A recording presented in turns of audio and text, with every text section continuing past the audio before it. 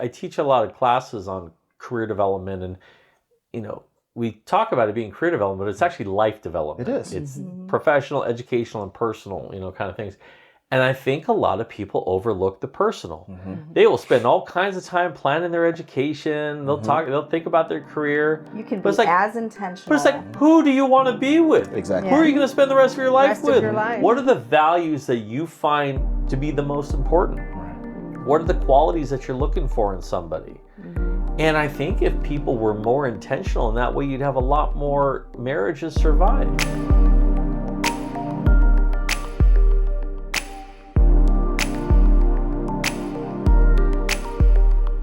Welcome to Couples Unfiltered, a podcast where we discuss love, loss, relationships, and the journey. I'm Lionel Salisbury. I'm Natalie Galley-Salisbury. Please keep in mind that these discussions are solely based on our opinions and our life experiences, that we are not licensed therapists. Before we begin this episode, we want to talk about a few thank yous that we'd like to give. One is first to our producer, Zeke Corley at Network 101. We're super happy to be able to present this to you. Our camera guy, Mateo, he does all the editing and makes everything as beautiful as it should be, and all the people behind the scenes. We would also like to thank our sponsor, BetterHelp. You know, in life, we all face challenges, especially in our relationships. That's why we're excited to talk about the importance of understanding power dynamics in relationships today. Now let's talk about power couples. According to Oxford Languages Dictionary, power couples are defined as a couple consisting of two people who are each influential or successful in their own right. But let's not limit this definition to just fame and fortune. Power couples also thrive on mutual respect, support, and effective communication. And that's where BetterHelp comes in. With BetterHelp's online therapy platform, you and your partner can gain valuable insight into your relationship dynamic. Whether you're struggling to find balance, navigating conflict, or simply seeking to strengthen your bond, BetterHelp connects you with a licensed therapist who specializes in helping couples just like yours. Imagine having a dedicated space where you and your partner can explore your feelings, address underlying issues, and develop healthier ways of relating to each other. BetterHelp offers convenient, confidential, and affordable therapy sessions, all accessible from the comfort of your own home. So, if you're ready to take your relationship to the next level, consider signing up with BetterHelp today. Because when you understand the characteristics of power relationships and work together to cultivate a supportive partnership, there's no limit to what you can achieve as a couple. To learn more and take the first step towards a stronger, more fulfilling relationship, click the link in the description or visit betterhelp.com/couplesunfiltered for 10% off your first month of therapy with a licensed professional.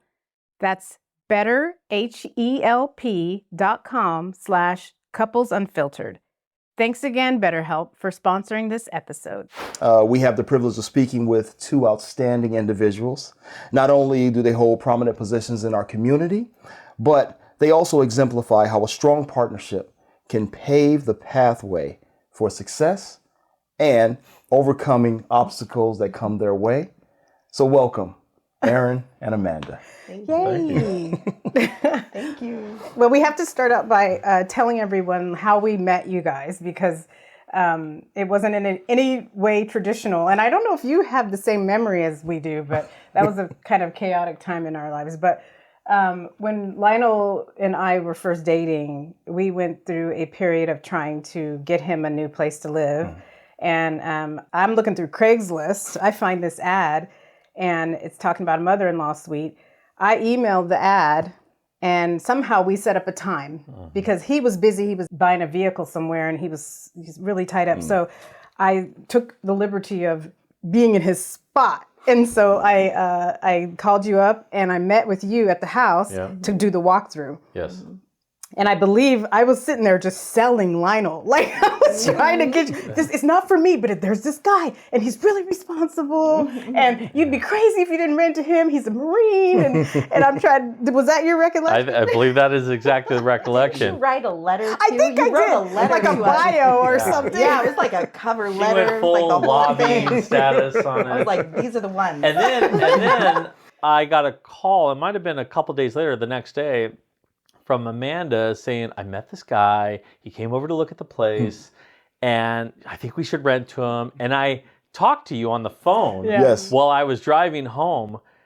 And I was thinking to myself, am I really going to rent to this guy without having met him? And I don't think I was making the connection that it was Lionel that from you had come by and seen the thing. Okay. And I just said, you know what? This sounds right. Yeah, we'll rent to him. And I approved it over the phone without having met him. Well, it was funny because it was actually the same day. So we met, and we had spoken on the phone, and you said, I'm not going to be available, but my wife will be there. Right. So you have to meet with her. Yeah, right. She's a decision maker. Right. So Chief family officer. yes. Yes. So I came over and you showed me the place. We talked about the kids. We talked about some background of me. And when I was walking down back to my car, you called me before I even got to the car. Right. And you said, I don't know what you said to my wife, but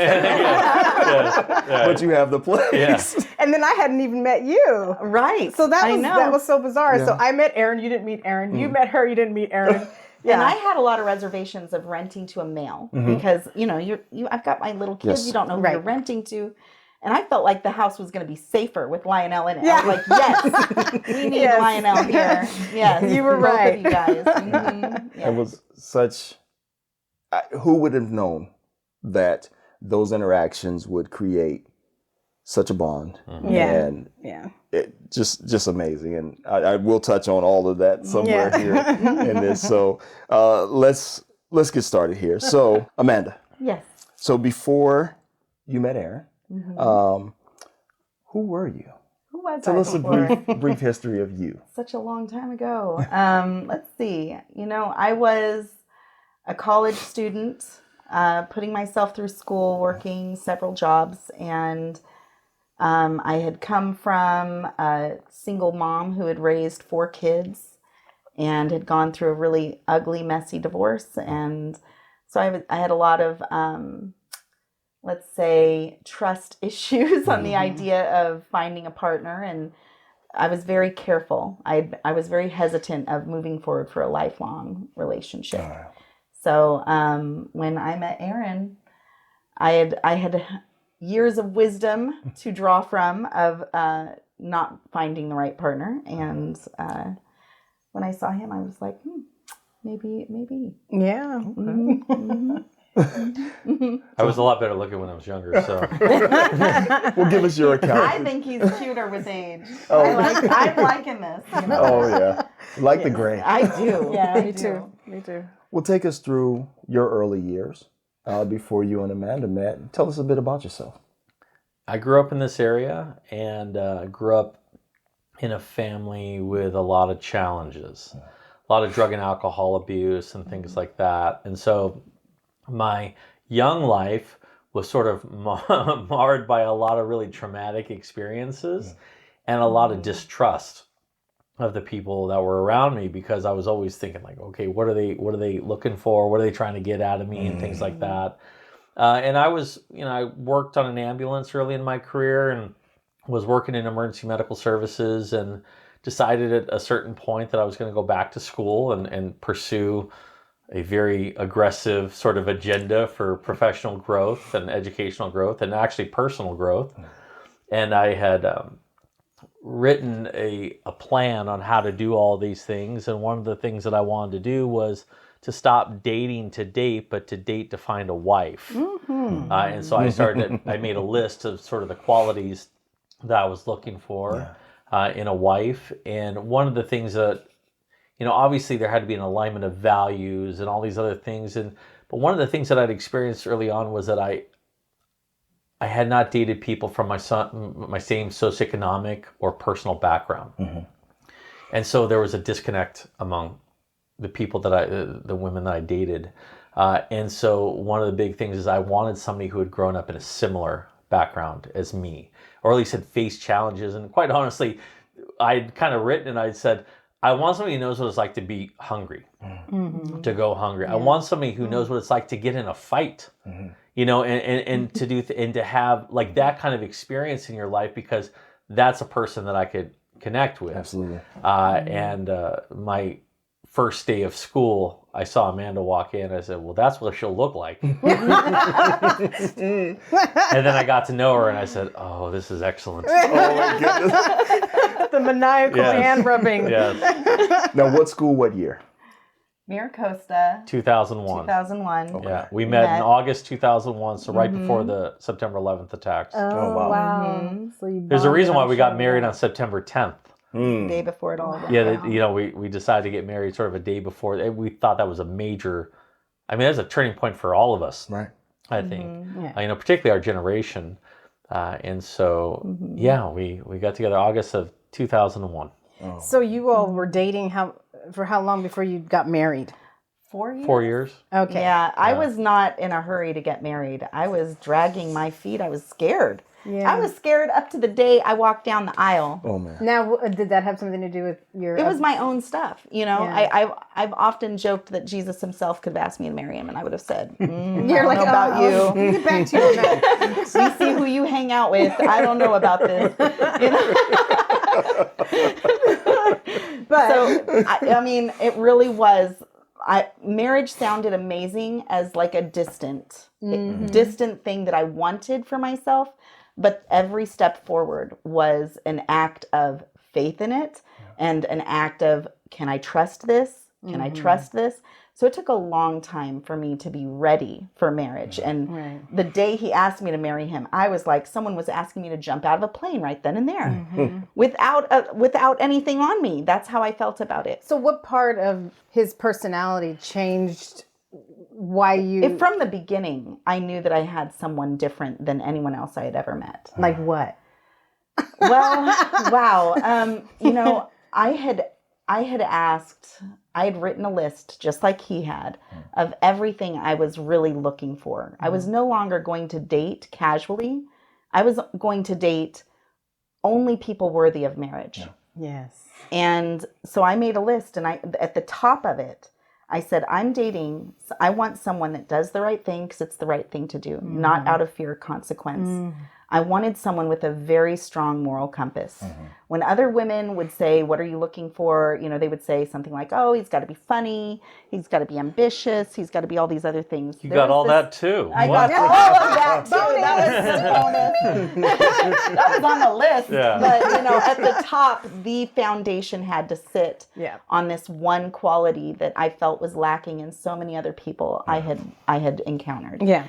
And had made me not move forward in marriage, in other relationships. So doing the right thing, because it's the right thing to do. And he said that, like on our first date, he had said something along those lines, where, well, you do that because it's the right thing to do. And I was like, Somebody's been watching me. Omen? You know, is this a sign? Yeah. Yeah. And so all along the way, I would just say he always proved that I could trust him rather than disprove it. Right. And The actions. And even in the quality of what we would communicate about, he was not going to lie to me. Even if it upset me, he was not going to lie to me. So early on, we were bickering like two little old, like a little old couple. Yeah. We had a lot to argue about, from politics to all other, just life, the way we saw life. And I loved that he was willing to just go there and tell me the truth and not be worried, not tell me what he thought I wanted to hear, you know? I always reference this when women have stuff that's happened to them in the past with other men, and not necessarily talking about my late husband, but just, dating before that, you don't trust for whatever reason. And there's something about having those fights and little arguments in relationships that you just come in thinking that's supposed to happen. Right. And so you have this defensive kind of mechanism and you're ready to fight and ready to argue because you think that's normal. And it's really difficult when you're in relationships with people with a, great moral compass, unicorns, and you're trying to fight and they won't do it. Or like, for instance, we'll be disagreeing about something. And in the middle of the disagreement, he'll get up and go get me a glass of water and, rub my feet. And it's so confusing to me because I'm like, wait, we're arguing, but you're doing all these nice things and I don't know how to respond to this. But No need to argue. But it's not a trick. It's just, it's hard for me to sometimes recognize that, that is the right thing to do. Yeah. Not the thing that you expect you're supposed to do, Right. Well, what it really showed me is that he has things that he stands for. And he's willing to be the lone voice. Even if other people disagree with him, he's willing to be the lone voice and stand up for what he believes in. Yeah. And so those were all things that, for me, spoke to the quality of his character. And that was the kind of person I wanted as a husband and father of my children and a family I would build. Yeah. They're called unicorns. They are called unicorns. Not only stand up for what's right, but sleep like a baby. After you've gone through your day. Yeah. That's I think people take that for granted. That's how I make my decisions, based on how I'm going to live with it, how I'm going to sit with it. Like, will I be able to sit with this tonight if I make this decision right now? Absolutely. Because the peace in my heart is more important to me than what someone's going to think of me, or if I make the wrong decision and I feel like I got screwed out of the deal or something. If I feel like I did the right thing, then it's fine, whatever happens. It's like, that's the way it was supposed to be. Absolutely. Yeah. Yeah. You want to find that peace. Oh my goodness. So you grew up where? I'm a bit of like a Southwestern gypsy, I would call myself. Okay. I mean, I think we even it was like having a wagon. You just take it. We moved every year, more than once a year, not military. So my mom had me very young, and younger than the usual young. Okay. 14, pregnant at 13.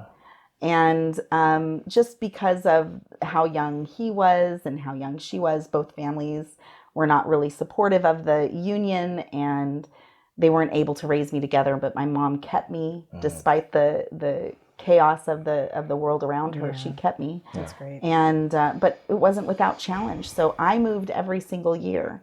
But I saw her go through a marriage to someone who wasn't my biological dad, and have more children, and then go through a divorce, and the ups and downs of an economic rise and collapse of a family. And so, when you're poor, you move where it's cheap, and then you move where it's cheaper. And that's what we did for a long time. So, we went through,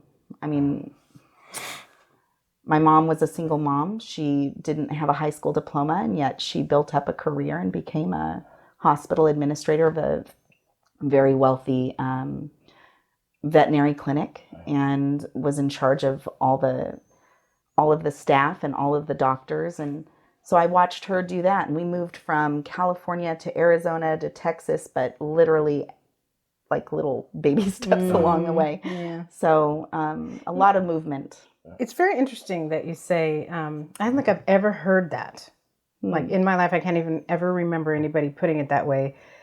How your parents were young when they had you. And immediately I think people think that there was a problem with your parents' parents. But to think that the idea... That's true. Something there. That's another podcast. Yeah. But to think that the idea of the union of two 14-year-olds was not a good idea. Like, I never think about that. Like, it wouldn't have been a good idea. The two of them together at that time would have caused so much chaos as a mother and father to a child.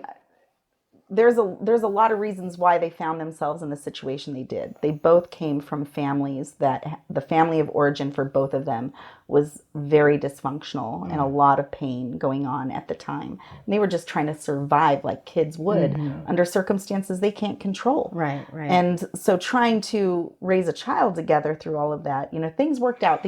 It worked out the way it should. Right. And I found my dad, and he greeted me with open arms. That's a whole other story. And I'm so grateful to have him in my life. It's wonderful. Like, he gets to be a grandpa now. I have my real dad. And once I only had a faded photo. And So that's a whole other story. Oh my. Yeah. But yeah, it's a good thing. Yeah. It worked out how it was supposed to work. Right. That's how everything You know? works out. I think that was something that you and I connected on because my mother had me and my older brother super young, around close to the Right. same age. So I understand how you have a parent that's playing with the same toys that you're playing with. It's hard to grasp that concept, but And that's you're what it watching is. them grow up. Exactly. Yeah. And making childhood mistakes. Yes. Yes. As an adult. Yeah. Yes. Well, we still do that. Yeah. I think. Yes. My Yeah. parents didn't have the excuse. They were adults and they were made childhood mistakes. We always ask our kids every once in a while, are we being good parents? Like, if there was anything that you think we should do better, what is it? We asked that to Jackson the other day. I said, Jax, are we being good parents? And if you had to say there was something you'd like for us to change, what would it be? He said, maybe all the nicknames. Yeah. I test my son in this way. I always put out my hand. And when he goes and holds it, I'm like, we're good. Yeah. We're good. Yeah. When he reaches for my hand, because I put my hand out, I'm like, we're good. Even Yeah. if I yelled at him to clean his room earlier, we're still good. Now, speaking of your children, beautiful children who are in the green room right now, you guys Hopefully have getting along. Yeah. You guys have experienced some challenges with them as well. Yeah. Let's talk about that. Okay. Well, we got engaged, we got married, we had a baby in that order. Okay. Okay, we did. So we're already winning, right? Yeah. We got pregnant, and our son was born. And when he came out, he had this white head of hair, just glowing white hair. I had never seen anything like it. He had never seen anything like The it. nurses had never seen anything like Oh it. my As a matter of fact, Everyone in the room said, when he was born C-section, because he had a prolapsed cord, I knew you're behind this giant sheet right up by her head, and the doctor pulls him out and goes, whoa. and I'm sitting there, I can't see anything. Whoa, what? And I look around, and he says, I've never seen a baby with this color hair before. And I just thought, well, we were blonde when we were younger. I guess that makes sense. But we went on for a couple of months probably before somebody suggested. Yeah. So from the beginning, when you have your first child, you have nothing to compare this to. Yeah. And I thought I was going into labor, going to have like this She-Ra Princess of Power ability to have a natural birth. Instead, I was like, drugs. Give me all the drugs. Like within 30 seconds. Yeah. I was very close. I went longer than 30 seconds. It's not in yet. It's not in yet. It took him time to walk down the hall.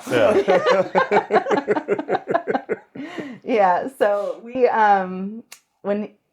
when he was born, I thought that things were going to go a certain way. I'm trying to nurse, and it's hard to nurse, and he's not looking at me. And I had been watching all these videos of babies looking in the mom's eyes and the mom looking in the baby's eyes, and I thought, what is wrong? Something's going on. Something's wrong. And everyone's telling me he was fine.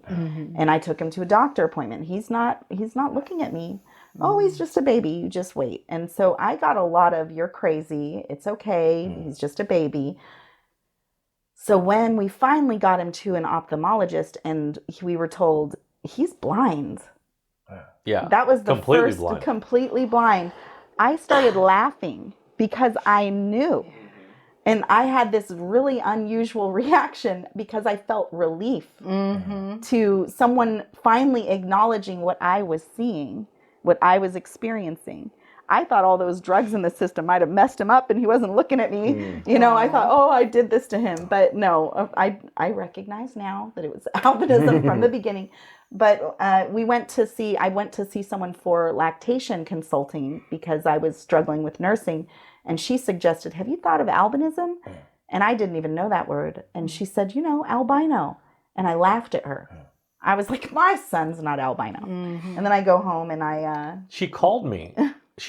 we both laughed together and how funny that was. She called me and I was walking into a meeting. I was working for the county of San Diego at the time. I was walking to this meeting at this library down in San Diego. And I'm like, albino, right? Both laughed like that. Then I came home that night And I said, let's just Google this real quick. And I Googled it. I'm like, oh yeah, this kid's We're totally like, albino. ding, This ding, kid's the whole totally way albino. It looked like down. every other kid But that was on the screen. it was such a relief to have an answer. I can imagine that. I mean, I know a lot of women going through similar things, not necessarily that kind of a diagnosis, but there's a mother's know. There's intuition where your infant is doing something that is not connected, and it feels like there should be a bigger connection. And everyone thinks they're helping you by saying everything's fine. Yeah. When it's not fine, all they're doing is dismissing what I'm seeing. Right. Exactly. Or they're looking at lab work, or they're looking at all the little, and the things doctors are looking. The Right. the pediatrician himself was looking in his eyes, telling me everything is fine. In his defense, he was 112 years old. So everybody was fine. And he was the oldest man I've ever seen working as a physician. I was like, this is true. well, I'm going to take this with a grain of salt. Let's just go. He didn't give you epidural, did he? No, this is different. This is I don't want to see the pediatrician. scalpel. Yeah. That's a shaky situation right there. Exactly. Wow. But, then you move on a few years and then other challenges emerge. There were things that he was doing that were unusual even for a person with a vision impairment. But many of the things that we would see, we would go, maybe that's because he's visually impaired. But then there was this interest in the elevator. He loved the elevator from a very young age. Being legally blind, and yet where the elevator is at all times. Like he could spot it anywhere, just based on the way the shape of the building was. He's like, there's an elevator. 3 years old, barely has any words, and he can say elevator. Can you say ThyssenKrupp? Yes. Right? And Which is one of the Otis companies. Elevators is like... Yes. He started, he would go on the elevator. We would go up and down just as kids like to and push the buttons. That doesn't seem out of the ordinary. But 30 minutes later, and you're trying to leave the elevator and the grief of leaving the elevator was not easy to console him on. My son had the same thing. Really? That's so crazy. The elevator, it's a thing. Something about elevators, trains, locks. And then he started getting trains. into any door. He would always mess with doors, and he wanted padlocks. He never liked going to Toys R Us.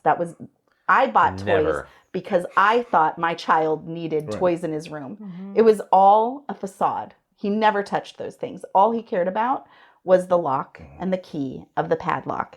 And he wanted a new one at Home Depot as a reward. That would be the thing that he wanted. Go to Home Depot, get a new lock. That was it. And then my dad, my biological dad, purchased a very expensive lock picking kit that was for a grown man, for this little 4-year-old. And I put it out, and he never touched it. And I was like, see, Dad, you kind of wasted your money on this. I don't know why you did that. And he goes, no, he's listening to the tumblers inside. You just give him some time. And one day my son picked it up and just picked all his locks and started using them. And then he wanted to watch videos about lock picking. He is by the time he was 9 years old, he was a fully capable locksmith of any sort. Just to give you an idea, if you gave him a box of paper clips and a pair of needle nose pliers, he would make you like a 24-piece locksmithing kit, and he would take duct tape and fashion like a faux leather case to put each of the lock picks in. We had friends come over to the house, and they with their kids, and they leave, and they call me later like, is it possible that your son gave my son a lock picking kit? Because he's picked all the locks in the house. Yes. I'm like, oh my gosh. Yes, and my mom made him his own little business card, and without me knowing, he went around school to all his teachers and gave out his business card. He was maybe 6? Yeah. 6 years old. And so we start getting phone calls of, could he come over and open the desk? Could he open my mailbox? Could he? Wow. Yeah, I lost my mail key. And absolutely, he could. Oh, wow. He did every time. Every time. Hope he uses his power for good. That's what we tell him, I said he's either going to be a locksmith or a cat burglar. It's one of the two. And then his new interest beyond that became gems. And I was like, oh, this is not going to go well. It's not going the right direction. This is not going the right direction. Yeah. Well, he comes from good genes, because we got two brilliant individuals sitting here. Yes. And I want to backtrack just a bit and kind of dive into your background. What got you to this leadership expansion, I would say, and the good things that you poured into Adam? It's interesting. when I was a kid, I had my grandfather would refer to as innate intelligence. So a natural capacity to learn and remember things. And there was no opportunity to let that really show when you live in this really troublesome environment. But I had this grandfather who was this amazing guy. My mom's dad, his name was Wilfred Menching, Chick, he went by the nickname Chick. He was a United States Marine for 30 years, POW. POW for 3.5 years in Japan.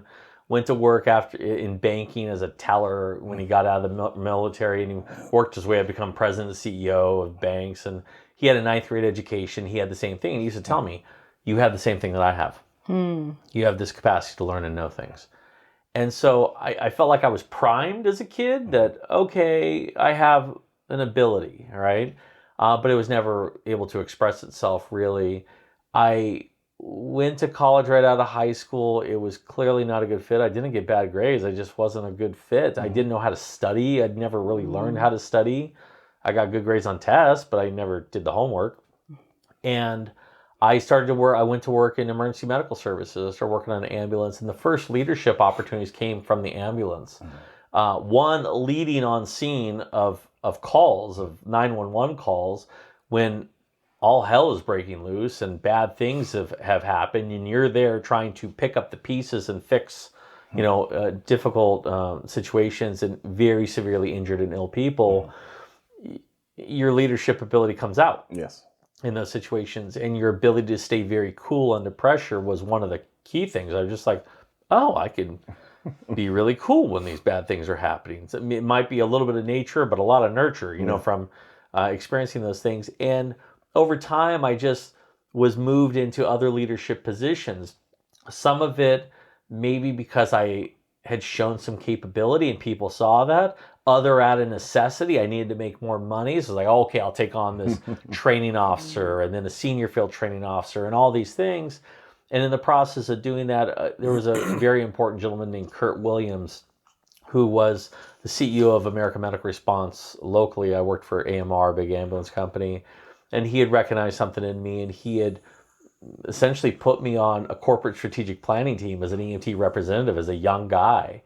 And that started the process of really realizing that I might be capable of more than what I'm giving myself credit for at this point.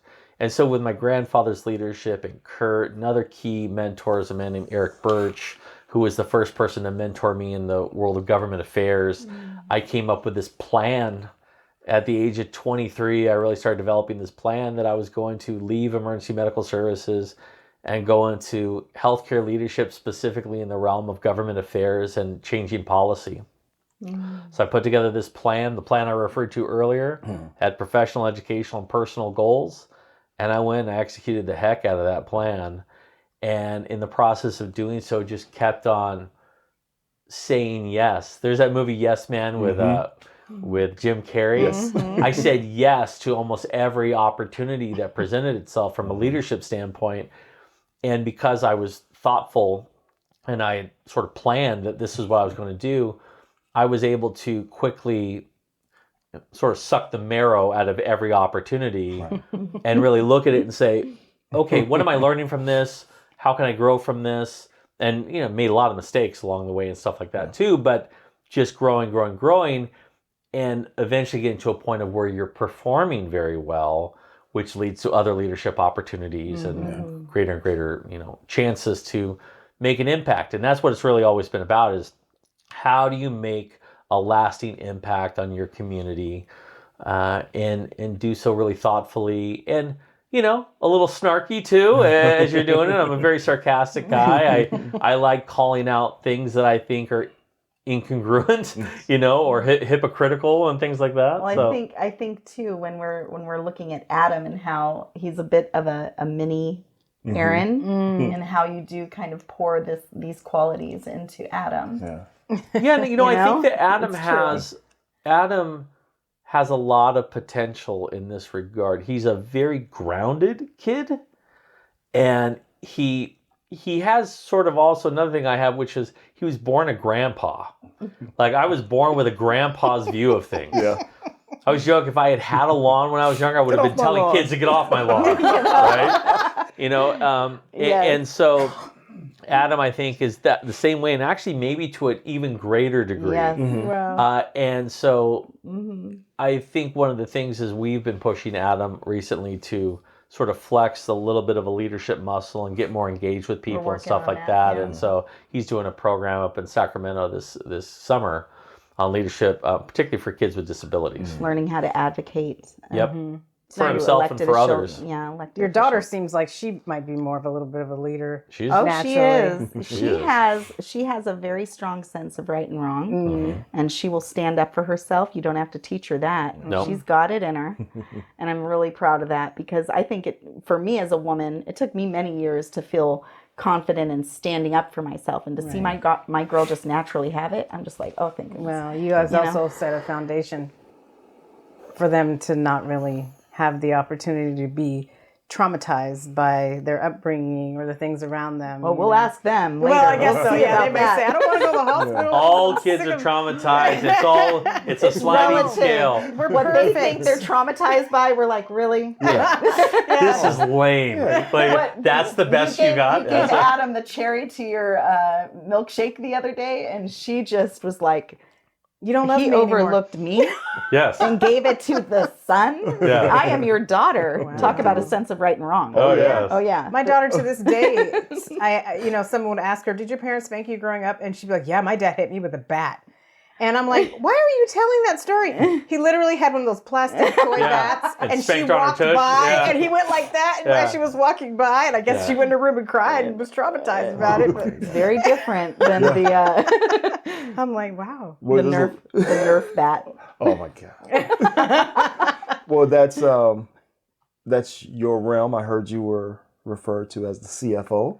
Oh, Is that okay. right? Yes, The- I Chief am. family officer. Chief Yes. family officer. There's so- a lot of parts. And I will say that's the other, when we were talking about every step forward, you have to trust. I came from a mom who was very independent, made her own money. She had to take care of all of us. And my idea of ever getting married never included not working and being a stay-at-home mom and now being under like I see it as protection now, but at the time it was control, the fear of someone else is going to control our finances and my destiny. Right. Yeah, I don't control the finances. I realize I'm in control. Yes. And even if something were to, God forbid, you guys, you still have control, because the worst thing that could happen to the one bringing in the money is divorce. Right. But I mean, I don't even see that as like something that would ever, like, I No, went yeah, past that point, of you know? It's very interesting because we kind of had a moment where it was clear that she was going to have to stay home. Like one of us was going to have to stay home.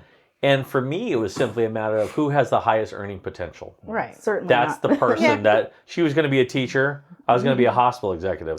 It's like, well, okay, it's pretty clear who's got. But when she first went on bed rest, because we've basically been on one income since she went on bed rest with Adam, and so 3 months before he was born, we had credit student loans, credit card, all this stuff. the whole thing. Car payments, student loans, and credit card debt. And so we went down to essentially $42,000 a year, what I was making at the time. Wow. And I so said, before I made it my mission to pay off credit card debt before we had our son. So I spent our entire pregnancy saying we will not have credit card debt. And we delivered right after I had paid it all off. Wow. Right you guys after. are very strategic. We were I wanted to make things as easier on him as possible if I was not going to be working. Right. Yeah. I wanted to say, okay, and so we've been credit card debt free since then. Oh, man. Nice. And then before our daughter was born, I was like, okay, now we're going to be car debt free. Okay, so I pushed all through that. He had gotten some extra some type of responsibility at work that brought in a little extra money, and I put all of that toward the cars. every dime of it. And then we were car debt and credit card debt free after Yeah. Cassie. Now the student loan, that thing is like the most scary thing because he was like over $100,000 of student loan debt between us. and you would put the money in and you wouldn't even hear it hit the bottom. You just think, It like, falls did in it this- even go? Like, was there even a floor? Is that a butterfly? Oh my gosh. But yeah. I think that it just became very clear that, okay, we're gonna have to do this on one income. She's gonna be in charge of everything at the house. He learned to trust me with my financial sense, and that he knew I wasn't going to be a spender that was going to spend us into debt. And I trusted that. This he was gonna before do- Amazon was created, though. So. Yeah, Amazon say, changes things. it does. He comes home So and convenient. Once he started working from home, and he saw the Amazon boxes that were always, gone when he would come home before. It's always purchasing memes things from we these need. things. Yeah. It's like now, instead of going to Target or whatever, I don't need to But do you that. are actually saving money because Yes. if you go to Target and you see all these things and you're like, oh, I need that, I need it pulls that. you in. Right. You still come home with more stuff. So I only buy what I need Yes. when I need it. I actually hate shopping. I do too. I hate it. I do too. I don't know- hate it. I just don't like it at all. No, it's If I Only if need I'm- something, I like to find the thing I yeah. need. But And I if we're on don't. vacation and we shop through a little place, that's one thing. yeah. But I'm not needing to shop to No, fill some void. I'm an Amazon. I buy like 6 things of dish soap from Amazon, so I don't have to go buy soap That's again. right. That's to right. go back. That's is the subscribe things and I don't save. like. Brought Oh, to yeah. you by Amazon. Yes. Thank you. They don't need our. They don't need it. They need to pay us. I'm just kidding. All right, we've got to talk about Aaron's. Yes. Really quick, Aaron's bio, So and let me run this down. because we can't forget to don't say do this. that. No, I got to run it down Okay. because I'm going to say this. I mean, for me, coming from perfect timing, coming from the Marine Corps and going into a whole new arena, I watch you, and you're younger than me, but I look up to you. I just look a lot older. I, than do. you. I want you to know that. And I mean, from the moment that we met, just following your footsteps and the things that you've done. So this, But you guys are very similar in the way that you have that moral compass. It's very similar, and the drive to do things 100%. And when you decide when you make a decision on something, it doesn't matter what you chose before or what you said about it before. Now this is your decision, and you guys dive deep and do it 100%. And that's a rare character trait Yes. in a human, let alone a man. I do appreciate it. Thank you. Yep. So I'm gonna read this.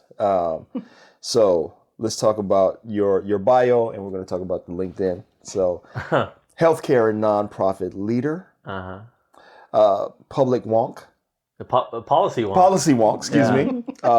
5-tool player, career planning guru, Yeah. Jedi master mentor, and recognition rainmaker. Yeah. That is definitely you. You graduated from Cornell, and then Oh no, that's what? Yeah. Leadership. Yeah. So some leadership trainings. Yeah. With Cornell, UCLA Anderson School of Management. Yeah. You have 129 honors and awards over the years. Some of those are Mentor of the Year, San Diego Business Journal 2024. SD 500, the 500 most influential people in San Diego. Best leader, best volunteer, outstanding board member, communicator, inductee in the Carlsbad High School Hall of Fame, multiple HCC and Astor Awards. I think this number is off, but 4 Emmy Awards. That's right. That's right? Okay, I think it's 7. Well, no. So the projects I've designed have won 7, Right, but I won 4. personally. Yeah.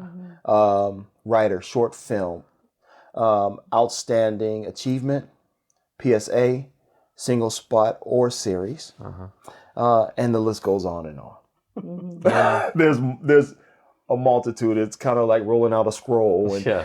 here he is. I see the Shrek Something like cartoons. that. Something like that. Yeah. So let's discuss some of your more recent positions. Okay. So let's talk Tri-City. Well, he said I want to make sure he says it out loud that he said that he would never run for office. So I want to make sure we put that in there. Yeah, so I have said that for 20 plus years, and now I find myself in a position. It's we'll get to that, but I worked at.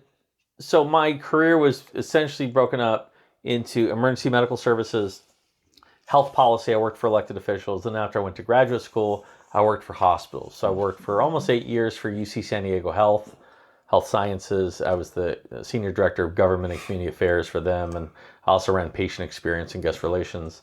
And then for the last 6 years, I have been an executive with Tri-City Medical Center, which is where I was born and grew up in this area. And so I was the chief external affairs officer for them for 5 years. I ran marketing, communications, government affairs, community engagement. And then for about a year was the chief strategy officer. So I had a few other things added on top of it. They never take it away from you. They just add on top of it as you take on more things. And so, yeah, I did that for a long time. And, by virtue of what I was doing, I found myself in the middle of a lot of really cool projects, a lot of really amazing things that you get to build. I mean, the hospital's building a psychiatric health facility. I was very active in that process. And, but I also found myself in a position where I was the chief, guard dog for the organization. I was the public information officer. I'd go talk to the media and do podcasts, but I'd also have to fight battles for them, and I think a lot of people underestimate how many battles you have to fight that on behalf of quality hospitals. that I had mentioned of him being willing to be the lone voice, it comes in to play in his job every day. Yeah, and earlier this year I left Tri-City Medical Center and reopened my consulting firm, Galvanize Strategies, on a full-time basis. I do public affairs consulting, strategy, what they call fractional executive work, so part-time executive, and then I do coaching and education pieces. And I'm running for the Tri-City Healthcare District Board, which is something I said I'd never do, but right now Tri-City Medical Center and UC San Diego Health are in negotiations for an affiliation. And I thought, well, I spent 15 years of my life at both those organizations. Right. If ever there was somebody who was built for being on the board, it's me, and now's the time. Absolutely. So I'm running for that. Absolutely. And that would be AaronBizak.com. AaronBizak.com, yes. So. Aaron, BYZAK.com. Yes. Yes. Thank you for the plug. I appreciate it. Yes. Well, are you looking forward to this transition of him kind of being a little more flexible? Because it seems like it would be a little more flexible. I feel like he's finally going to get the opportunity to do all what he's really capable of, because each position has only asked of him of certain traits and skills that he has, and other ones kind of have to sit dormant. And and as a consultant, he has so many different areas of expertise that he can zone in on one thing for one company and one thing for another organization. And, he cares a lot about the community. He cares a lot about how people will be truly impacted by these decisions. And he understands from bird's eye view how policy impacts this. So he's perfect for the job. I've always been his biggest fan. And I'm grateful. I was really excited about him taking a step. Feels like he's a bit unshackled. That's Yeah. Yes, and I'm trying to live this life now where, well, obviously I can spend more time with the man and the kids and things like that, which is awesome. The balance is nice. But I'm trying to work into it activities that I would associate with being retired. And so I was really, last year I had to have a heart procedure. Again, I have a congenital heart issue, and it actually caused me to have a stroke last year. And so that was sort of a big wake-up call. And the issue. I said, am I going to maybe survive to 65, then retire, and then finally do something that I enjoy doing? I just said, let's just try and work it out now. And so I go to college baseball games once a week, and, I go do stuff like that. And I spend a lot of time at the gym, and obviously. No, not really. Not really. You're there. I'm like, man, with the amount of time that I'm there, this should be better than what I'm seeing right now. But yeah, so I try to do things like that, and just try to balance a lot more. Right. And I do this thing with my consulting where I call it marinating. Instead of just immediately reacting to an assignment that I have as a consultant, I sit on it a little bit and I marinate. And I just think, okay, more information will come. People's opinions will change. What I've learned over the years is if I react too quickly, I end up doing the project 3 times because I make it, then somebody changes their mind, I make it again, and they change their mind, they make it again. And so I just said, let's just let it sit. Let's think about it. And you need time to think. And this is something that I think a lot of times as executives, people don't have time to think. Yes. And they're just moving quick, put out the fire, do this, do that. And I really feel like the best solutions come when you have time to marinate a little bit. Yeah. Very true. Well, speaking of marinating, we have a question that we always ask our guests. After you have been married, now you guys got married under the clock tower at Miracosta College. Yes, we did. Where we met. 2005. So at the time, did you all use traditional vows? I think we did. Yeah. The senator I worked for actually he performed the wedding. And I think it was traditional vows. I don't remember much of it. I was staring directly into the sun. So most of the pictures are like this. I was just trying to be able to see. But if it was generally pretty traditional, then after all of these years have gone by and you've marinated the marriage, is there anything that you all would change, remove, add to From those the vows? I mean, I think that the basic vows do the job, and people can add things when they want to. I don't even recall exactly what was said. All I know is I made an oath in front of everyone that I am tied to this man, and I did it on it. I was still scared. And every day past that day has been a step going, this is a sure thing. I can trust him. This is a sure thing. And it has only been good. It's only gotten better with time. So that marination has been wonderful. I feel like we have genuine trust, genuine respect. He became the father of my children. He became the provider for our family. I pray over my man. I want the best for him. I want to be a good partner to him. I don't want to fight with him against our marriage. I want to fight for our marriage. Right.